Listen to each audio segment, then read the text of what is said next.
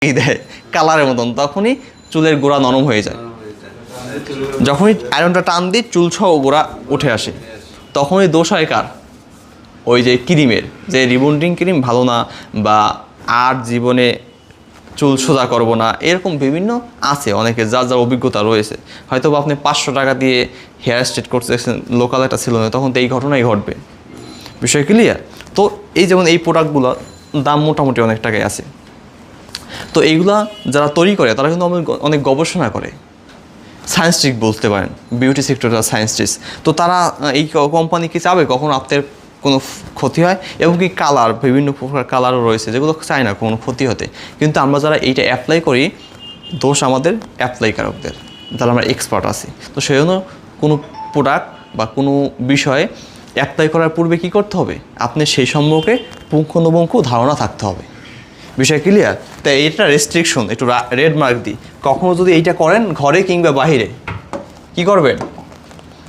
ঘরে কিংবা বাহিরে এইটাকে কি করতে হবে? আপনার ফলো করতে হবে। যেহেতু আপনাদের ট্রেনারকে বিপ্লব কুমার, তো তার রেস্ট্রিকশন এইটা স্টার মার্ক দিয়ে রাখছি। তাহলে আপনার দ্বারা যে হেয়ার স্ট্রেট করবে ক্ষতিগ্রস্ত হবে না। Number, keep 30 to 60 minute. Apply করার পরে কি 30 থেকে 60 মিনিট রাখতে হবে। যাদের চুল পাতলা তাদের তো খুব সহজে ইলেকট্রিসিটি হয়ে যায়, চুল দুর্বল হয়ে যায় সহজ কথায়। আর যাদের চুল হার্ড তাদের দুর্বল হতে অনেক, যারা জিম টিম করে তাদের সাথে মারামারি করলে তাদেরকে দুর্বল করতে তো সময় লাগে না। আর যারা অনেক হালকা পাতলা আমার মতন এক ধাক্কা দিয়ে উড়ে যায়, তাদের তো খুব কম সময় লাগবে সাপোজ। তারপরে হেয়ার ওয়াশ করতে হবে, এখানে একটা রেস্ট্রিকশন আছে।